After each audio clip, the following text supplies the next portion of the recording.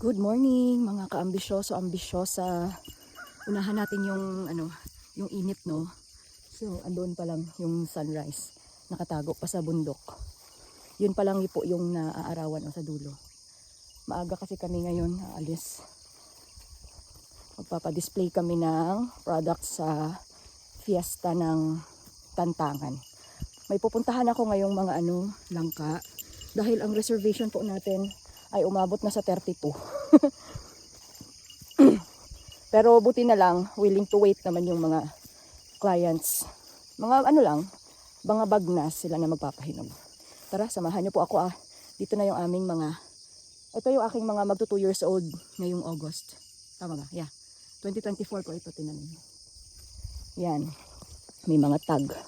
Yan. So sa buong South Cotabato po, na grower ng Ivyark South Eco Farm pa lang po ang nakaregister sa BTI. Yan po mga kaambisyoso, ambisyosa. Aray ko, aray nauntog na naman ako. This week, at least may sana ako, 5. Okay lang daw kahit maliliit kasi pang personal consumption lang. Yan pa. Yan po mga, hindi pa kami nagpo-pruning ng ng mga bunga. Gusto ko pang maobserbahan yung growth niya kapag dalawa sila sa isang pungango. Ito ang laki hindi pa pang pa ito, February. Lumalaki pa itong isa pero malaki na siya. Hanap pa tayo. Actually mayroon naman po talaga ngayong linggo. May sure ako na 3 pero reserve na. At least sana makalima lang ako.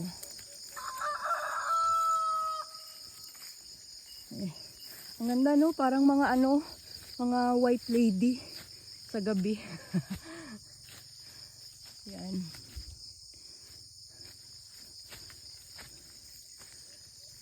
Meron kasi gusto kahit na lang 5 kilos. Ano tayo?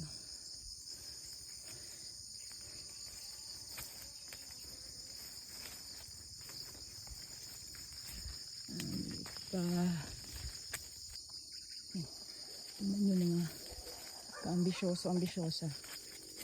Huwag na po kayo magtanim ng langka. Wag na kayo magtanim ng langka, mga kaambisyoso, ambisyosa. Boring. As in boring.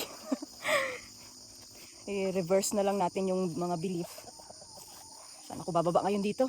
Dito yung mga chicken namin. Hanapan muna sila ng temporary na bahayan. Nandito na ako sa bukid. Taas na. Ayan ang view dito sa amin mga kaambisyoso, ambisyoso. Tingin ako dito ng langka. Okay. Dito ako may inabangan. Kaya kayo magtaka ko, hinihingal ako. Lalayo na nilalakad namin dito at saka slope. Puro slope. Pero magandang view. Perfect. Tara. Tamang-tama lang siguro. Talaga pang 5 ang pwede kong ma-release for this week hanggang Sabado. Bukas pa ako may makukuha na 2 sa puno, bagnas. Then the rest possible Sabado pa. Then yung iba waiting po ha. Tsaga-tsaga lang. Sige lang. By mid-year onwards. Madami na dito at hoping maka-display na kami. Kasi ang daming flowers ngayon. Nasa 2 to 3 inches. Yung iba kakabalot lang. Kasi pollinated na.